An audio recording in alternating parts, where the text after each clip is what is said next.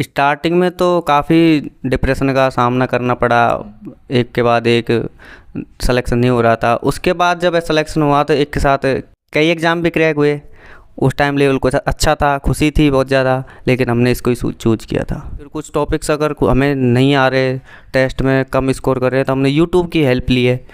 But main वही था कि एक बार कोचिंग की थी, उसके बाद सेल्फ स्टडी पे फोकस किया। दिन में ये था कि अगर हमें किसी टॉपिक पे ज़्यादा प्रॉब्लम आ रही है तो हम उसको पूरे दिन भी पढ़ें, बाकी डेली एक टॉपिक तो हमको करना ही था। स्ट्रेटजी ये रहती थी। ल्यूसेंट से जो साइंस है वो पढ़ें।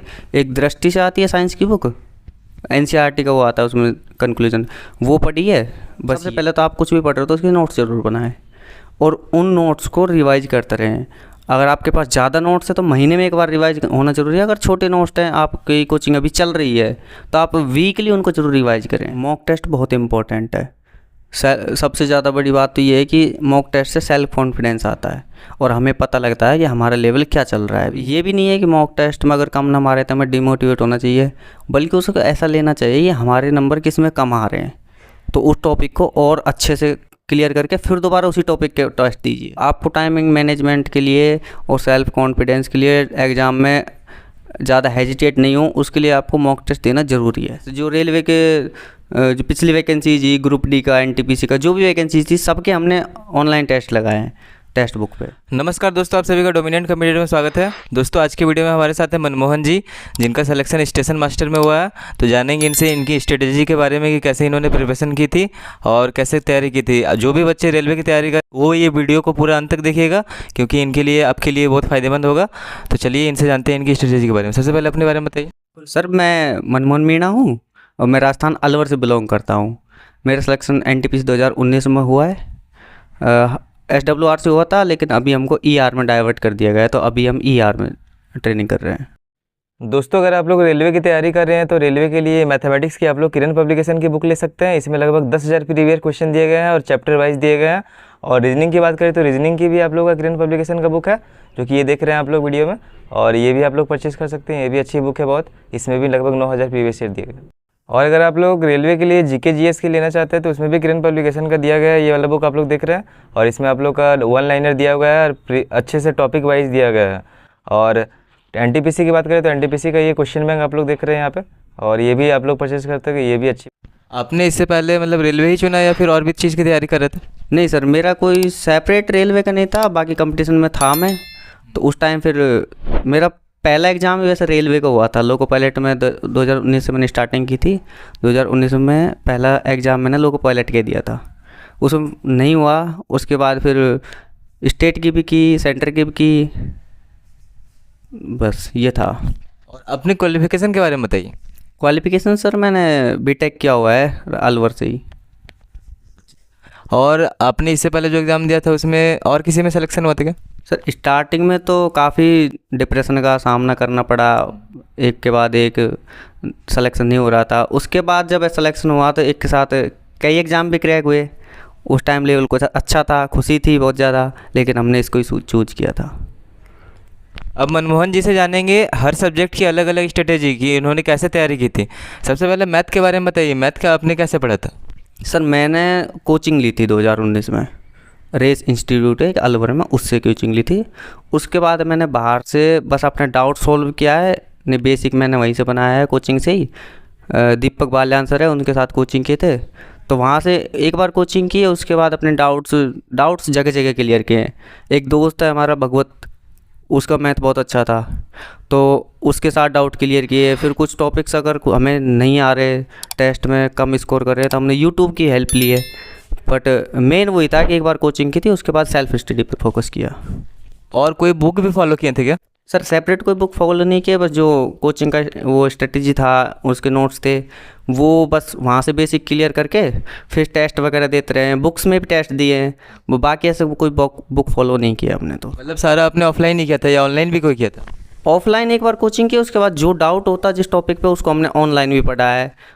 दोस्तों की हेल्प भी ली है और ग्रुप डिस्कशन किया है उस पर, तो उससे हमारा कॉन्सेप्ट क्लियर हुआ है। जैसे मैथ में CI SI ये बहुत लोगों का प्रॉब्लम होता है, प्रॉफिट लॉस, ये इसमें फंसते हैं क्वेश्चन में, तो इसको आपने कैसे अच्छा किया?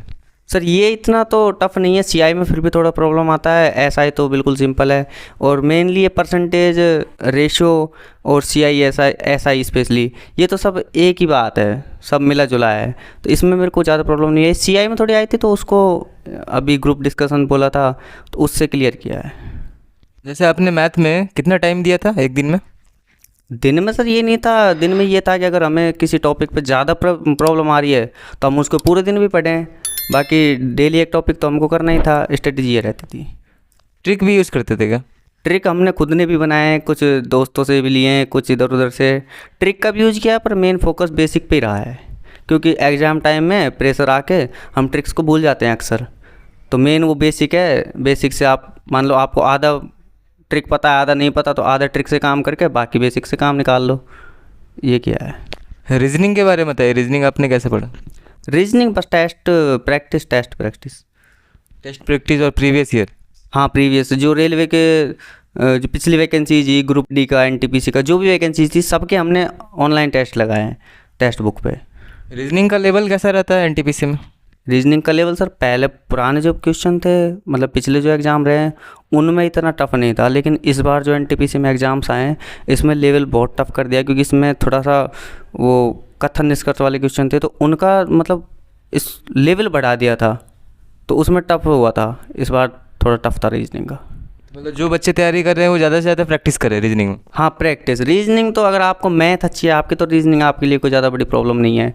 बस ये है कि कुछ क्वेश्चन होते हैं उसमें आपको ज़्यादा प्रैक्टिस चाहिए, थोड़ा स्पीड ज़्यादा चाहिए रीजनिंग में, ये होता है बस। और साइंस के बारे में बताइए, साइंस आपने कैसे किया था? साइंस सर बेसिकली वही जो कोचिंग नोट्स थे वही पढ़े, उसके बाद जैसे किसी टॉपिक में प्रॉब्लम आई है तो उसको फिर अलग अलग जगह से रिवाइज किया, टॉपिक वाइज तैयार किया मैंने।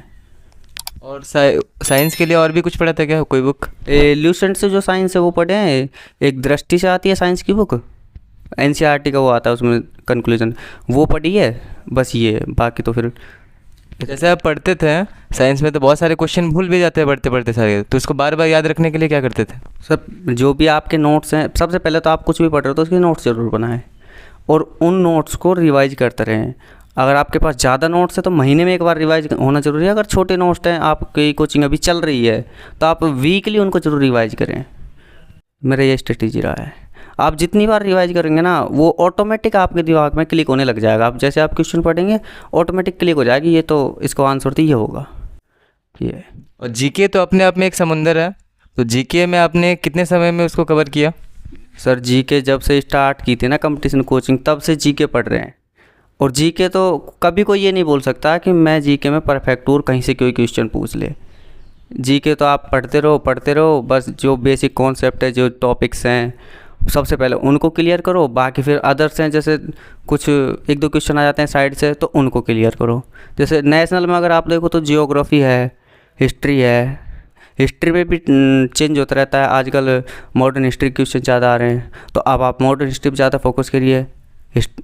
और ज्योग्राफी में भी चेंज होता रहता है पैटर्न, कभी आता था सबसे लंबी नदी, कभी क्या, अभी आ रहे हैं ज्योग्राफी में वर्ल्ड वाइड मारा है कि कौन सा पर्वत कहाँ पे है, तो ऐसा चेंज हो रहा है। तो पैटर्न को फॉलो करते रहिए, प्रीवियस ईयर के क्वेश्चन दीजिए, या फिर जो भी जैसे सेंटर का आप एग्ज़ाम दे रहे हैं तो सेंटर के अदर एग्ज़ाम्स हो रहे हैं उनको आप एक बार देखिए, उसमें आपको पैटर्न पता लग जाता है कि क्या पैटर्न चेंज हो रहा है।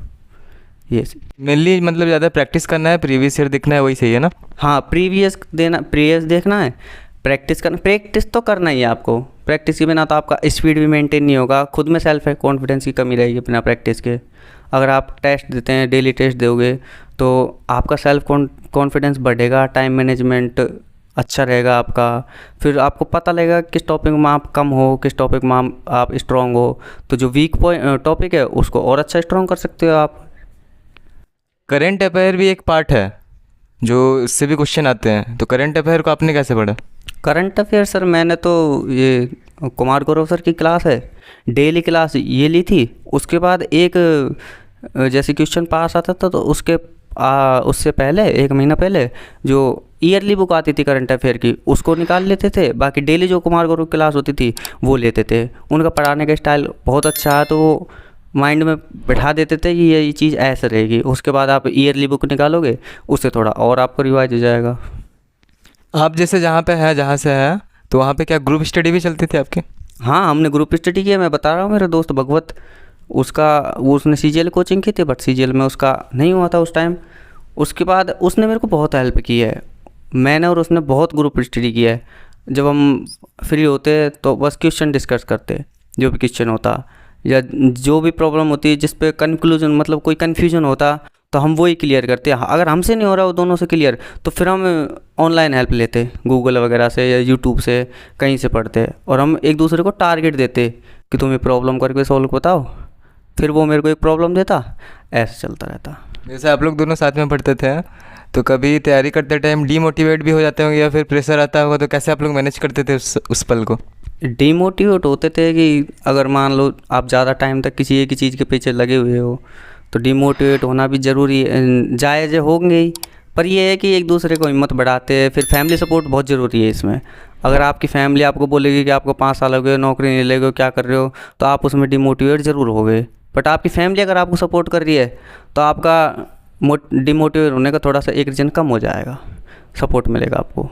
जैसे आप लोग तैयारी करते थे, तो आप लोग अपना मेंटली प्रिपेयर होने के लिए कोई गेम वगैरह भी खेलते थे क्या, जब फ्रेश होने के लिए, माइंड फ्रेश के लिए? ऐसा कुछ नहीं, बस घूम लेते थे, कभी कभी घूमने निकल जाते थे, वीक में एक दिन घूम लिए, बाकी बीच बीच में ब्रेक ले लेते, गपशप करते आराम से अपना।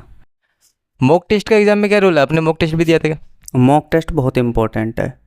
सबसे ज़्यादा बड़ी बात तो ये है कि मॉक टेस्ट से सेल्फ कॉन्फिडेंस आता है और हमें पता लगता है कि हमारा लेवल क्या चल रहा है अभी। ये भी नहीं है कि मॉक टेस्ट में अगर कम नंबर आ रहे तो हमें डिमोटिवेट होना चाहिए, बल्कि उसको ऐसा लेना चाहिए कि हमारे नंबर किस में कम आ रहे हैं, तो उस टॉपिक को और अच्छे से क्लियर करके फिर दोबारा उसी टॉपिक के टेस्ट दीजिए। इससे आप और अच्छे से टॉपिक क्लियर करोगे और आपका मॉक टेस्ट में स्कोर इंक्रीज होगा। जैसे एग्ज़ाम में ऑनलाइन पैटर्न है, उसमें टाइम मैनेजमेंट का बहुत रोल है, वहाँ पे टाइम घटता जाता है। तो वो लोग मॉक टेस्ट अगर देंगे सारे कोई बच्चे, तो उसका टाइम मैनेजमेंट कैसे होगा, और उसके बारे में बताइए। आपको टाइम उसमें ज़्यादा कम नहीं पड़ेगा। अगर आप मॉक टेस्ट दे रहे हैं तो आपको हैबिट हो जाएगा कि उतने टाइम हमको इतने क्वेश्चन करने हैं। तो एग्ज़ाम में जब बैठोगे तो आपको ज़्यादा हाइपर नहीं होना पड़ेगा, क्वेश्चन इतने बच रहे हैं, टाइम इतना बच रहा है, आपका टाइमिंग उसी हिसाब से एडजस्ट हो जाएगा। आपको टाइमिंग मैनेजमेंट के लिए और सेल्फ कॉन्फिडेंस के लिए एग्ज़ाम में ज़्यादा हेजिटेट नहीं हो, उसके लिए आपको मॉक टेस्ट देना ज़रूरी है। और एनालिसिस के बारे में बताइए। बहुत सारे बच्चे मॉक टेस्ट देते हैं और जो भी क्वेश्चन उनका नहीं बनता है, मार्क्स कम आते हैं, उसको एनालिसिस नहीं करते हैं, तो एनालिसिस का क्या रोल है?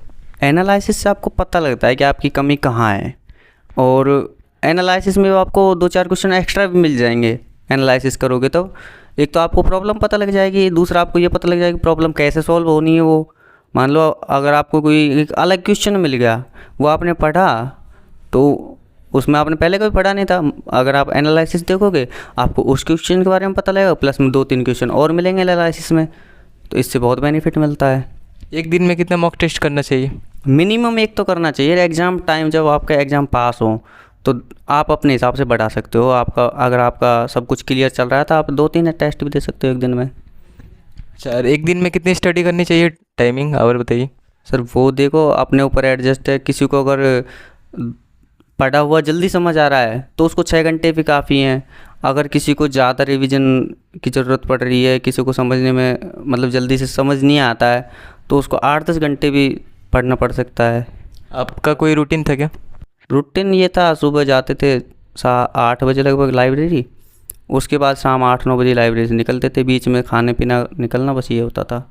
जैसे बहुत सारे बच्चे हैं घर में रहते हैं, मान लीजिए वो तैयारी करते हैं पढ़ने का रूटीन बना के, लेकिन कुछ व्यस्त हो जाते हैं, कहीं काम वगैरह पड़ जाता है, तो एक दिन का उनका रूटीन मतलब फॉलो नहीं हो पाता, तो कैसे मैनेज करें उस टाइम को?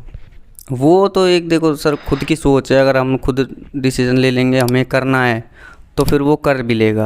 पर ये है कि घर में हम रहते हैं तो थोड़ा बहुत डिस्टर्बेंस होता ही है घर में। एक बाहर रहते हैं तो वहाँ हमें डिस्टर्ब करने वाला कोई नहीं है। घर में ना चाहते हुए भी थोड़ा बहुत डिस्टर्बेंस हो ही जाता है। अभी आप और भी कोई एग्ज़ाम की तैयारी कर रहे हैं क्या? सर अभी तो फ़िलहाल यही है, बाकी हम पीसीएस देखेंगे, स्टेट पीसीएस। अभी आपको अच्छा लग रहा है जहाँ पे आप हैं? अरे सर बहुत अच्छा लग रहा है। बड़ी मुश्किल से जॉब मिली है, बहुत जतन किए तब जाके मिली है, वो बात अलग है। अब दमादम एक के बाद एक एग्ज़ाम हुआ, कॉन्फिडेंस भी बढ़ता है। घर वाले क्या बोलते हैं? बहुत खुश है, घर वाले बहुत खुश हैं। और रिलेटिव्स वगैरह? सभी खुश हैं, जो चाहने वाले वो खुश हैं, नहीं चाहने वाले दुखी होंगे, हमें बोलता नहीं है कोई। जिस टाइम आपका सिलेक्शन हुआ था, रिजल्ट आया था, उस दिन आपको कैसा फील हुआ था? विश्वास नहीं हो रहा था सर। हम भगवत बता रहा था ना, मैं दोस्त, हम दोनों ने SWR से भरा था, दोनों को सिलेक्शन हुआ है। फिर उस दिन हम कहीं जा रहे थे तो बीच में पता लगा रिजल्ट आ रहा है। फिर हम दौड़ भाग के कहीं, उस दिन पता नहीं नेटवर्क प्रॉब्लम भी था शायद कुछ, तो हम दौड़ भाग के पता नहीं कहाँ कहाँ जाके लाइब्रेरी गए, वहाँ से डाउनलोड किया रिजल्ट वगैरह, वहाँ से चेक किया। फिर सोच रहे कि अब किसको बताएं। फिर विश्वास नहीं हो रहा था। फिर उसको दोबारा बोला तू मेरे रोल नंबर चेक कर, मैं तेरे रोल नंबर चेक करता हूँ। फिर कन्फर्म हो गया, हाँ अब हो गया है। फिर भी यही था कि अभी, क्योंकि सर कितनी बार हम फेल हो चुके हैं फाइनल में, बहुत सारे एग्ज़ाम दिए हैं अब तक, किसी में फाइनल में आकर रुक गए, किसी में एक स्टेप पहले रुक गए।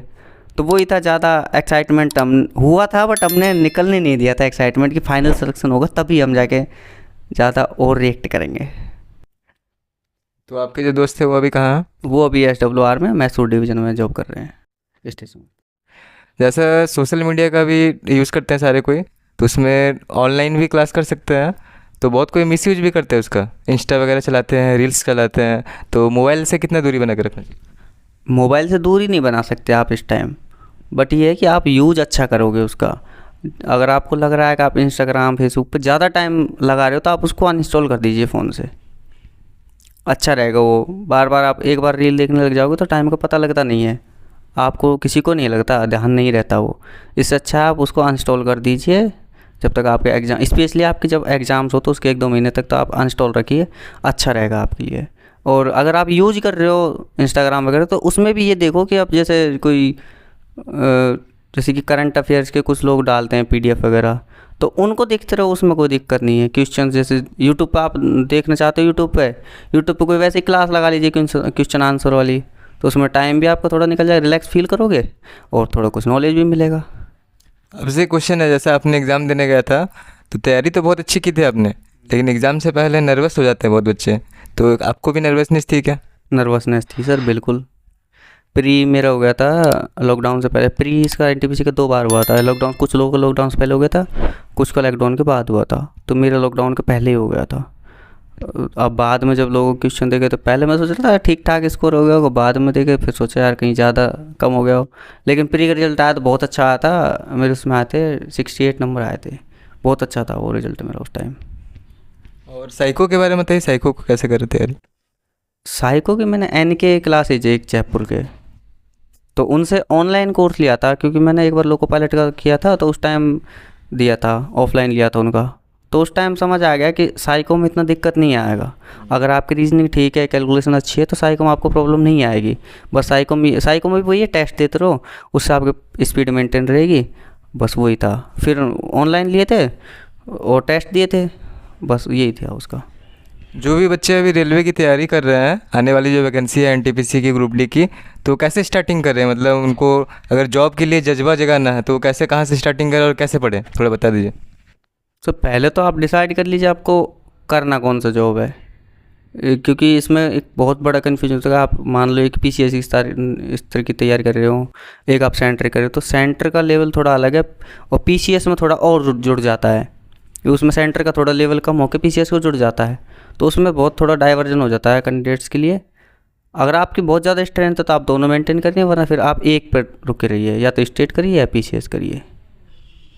तो जैसे अभी बच्चे तैयारी कर रहे हैं, तो मैथ के लिए अलग अलग सब्जेक्ट के लिए कैसे बेसिक, कौन सा बुक पढ़ें, या ऑनलाइन करें या ऑफलाइन करें अभी कम समय में? देखो वो अपनी कैपेसिटी के ऊपर है। अगर आपको मैथ, अगर कोई फर्स्ट टाइम कर रहा है तो उसको थोड़ा कन्फ्यूजन आएगा, क्योंकि हमने जो स्कूल में कॉलेज में जो मैथ पढ़ी है और ये मैथ पढ़ी है, ये बहुत शॉर्ट है, और स्कूल कॉलेज वाली मैथ बहुत थोड़ी लेंथी थी। तो एक बार आप कोचिंग वगैरह ले लेंगे तो आपको अच्छा रहेगा, शॉर्ट में हो जाएगा जल्दी से। या फिर आप चाहो तो बुक से सेल्फ स्टडी कर सकते हो, पर कोचिंग से आपको ये कि थोड़ा डाउट नहीं मिलेगा, थोड़ा गाइडेंस मिलता रहेगा और थोड़ा अच्छे से मैनेज कर लोगे। उसके बाद आप अपना सेल्फ स्टडी करिए, सेल्फ स्टडी बहुत ज़रूरी है। सेल्फ स्टडी, अगर आप सेल्फ स्टडी नहीं कर रहे हो और कोचिंग कर रहे हो तो आप 10 बार कोचिंग कर लो, कोई फ़र्क नहीं पड़ेगा। सेल्फ स्टडी करोगे ना तो एक बार कोचिंग में निकाल लोगे आप। जो भी बच्चे तैयारी कर रहे हैं उनके लिए मोटिवेशन के लिए कुछ बता दीजिए। भैया सबसे पहले तो अपने घर वालों की स्थिति देख लो, और उसके बाद आप अपनी स्थिति देख लो कि भाई अभी हमारी स्थिति ये है, अगर 10 साल बाद मान लो हम कंपटीशन में 10 साल निकाल देते हैं और उसके बाद हमारा नहीं होता है, तो सोसाइटी में हमारी कोई इज्जत नहीं करेगा। वो बस यही बोलेंगे आपने टाइम पास किया है, पढ़े हैं नहीं। अगर आप लग गए हो ना तो आप सब बोलेंगे कि लड़का बहुत पढ़ा हुआ है, पढ़ता था लेकिन नहीं लगे, 10 साल तक आपने खूब पढ़ा है और नहीं लगे, तो फिर आपकी थोड़ी सी इमेज डाउन हो जाएगी सोसाइटी में। लोग यही समझेंगे पढ़ता नहीं थे, घूमता रहता था। इससे अच्छा अपना कम से कम एक एग्ज़ाम तक तो आप फुल कंसंट्रेट होकर पढ़िए, किसी और चीज़ को छोड़ दीजिए, घूमना फिरना दोस्त वोस्त सबको छोड़ दीजिए। अगर सबको यूज कर रहे हैं तो बस उनको पढ़ाई के लिए यूज करिए, उनसे क्वेश्चन पुटअप करिए या फिर उनको क्वेश्चन पुटअप करने दीजिए। मतलब स्टडी, हर चीज़ में स्टडी लेके आ जाओ बस, तब तो वो सब ठीक है। अगर वो सब चीज़ ये एडजस्ट नहीं कर पा रहे तो आप उनको छोड़ दो 6 महीने के लिए, कोई दिक्कत नहीं है, बाद में वो आपको मिल जाएगा, वो कहीं नहीं जाएंगे, बस एग्ज़ाम निकल जाएगा इस चक्कर में। तो मनमोहन जी, आपका बहुत बहुत धन्यवाद हमारे चैनल में समय देने के लिए, और एक सेलेक्टेड कैंडिडेट से आपको जानना इनकी स्ट्रेटेजी काफ़ी फ़ायदेमंद होगी। और इन्होंने बहुत अच्छा कहा कि घर वाले की स्थिति आपने देखी है अपने मोटिवेशन के लिए। आपका बहुत बहुत धन्यवाद चैनल में समय देने के लिए। Thank you sir.